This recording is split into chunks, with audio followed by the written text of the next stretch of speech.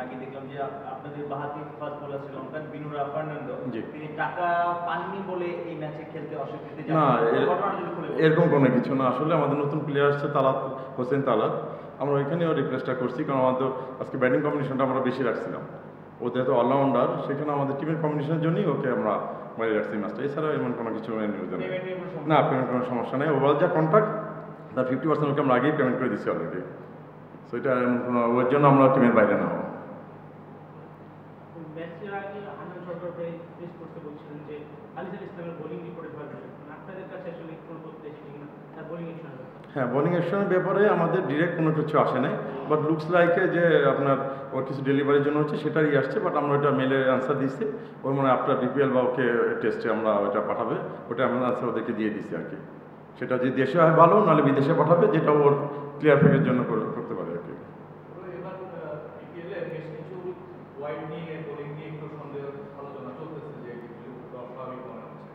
আপনারা ফ্র্যাঞ্চাইজি কর্তৃপক্ষ হিসেবে আপনাদের টিমের মধ্যে কোনো সন্দেহ দেখেন কিনা, বা অন্য খেলাগুলোতে আপনারা কোনো কিছু আপনাদের চোখে পড়েছে কিনা? না, আমি আজকে আপনার নিউজটা আমি আজকে দেখছি সকালে আর কি, যে মানে ফেসবুক ওপেন করে দেখি যে এই নিউজটা আসছে। আমাদের টিমের মধ্যে এরকম কোনো কিছু হয় না। আর অন্য টিমের বিষয়ে তো আমরা ইনভলভ না, আসলে ওটা আমরা কথা বলতেও পারি না।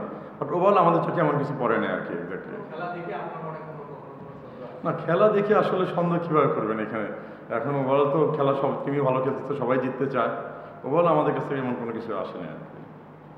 আরেকটা বিষয় হলো, আপনি যেটা বললেন আলিসাল ইসলাম তো মাঝখানে 2 ম্যাচ খেলা নিয়ে না, একটা ম্যাচ বাইরে ছিল। জি। আজকে আবার খেললো, সবচেয়ে বেশি ভালো ইকোনমিক্যাল বোলার। জি, জি। ঢাকা ফেজে কি এই ধারাতেই খেলতে পারবে, নাকি ঢাকা ফেজের আগে আপনাকে অ্যাকশন পরীক্ষা দিতে হবে? না না না, ঢাকা ফেজে সে খেলতে পারবে, আমরা ওটাই জানাইছি। এখন দেশে যদি পরীক্ষা নেয় ফাইন, নাহলে তাকে হয়তো বাইরে পাঠাবে, কারণ এর আগেও তো তার একটু এরকম আসছিল ইমেজিং থেকে।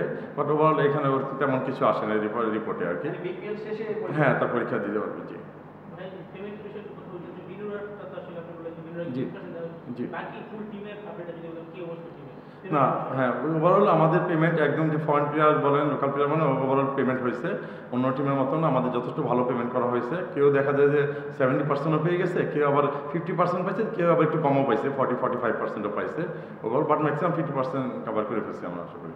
এবং ওই দিনে শর্ট টাইম আশা করি আমাদের বাকি দিন, আমাদের তো লম্বা একটা গ্যাপ আছে 7 ডেজ।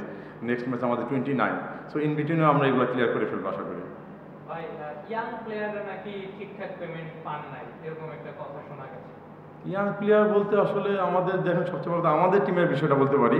আমাদের টিমে আমরা ড্রাফট থেকে 8 জন প্লেয়ার নিচ্ছি, মানে লোকাল। আর তো ওভারসিজ আমাদের 10টা ফরেন প্লেয়ার। তো আমাদের 8 জন লোকাল প্লেয়ার। আমাদের পেমেন্ট কিন্তু খুব একটা বেশি না চিরাং টিমে। ওভারঅল আপনি দেখেন ক্যালকুলেশন, আমাদের হাই রেটেড কোনো প্লেয়ারও নেই।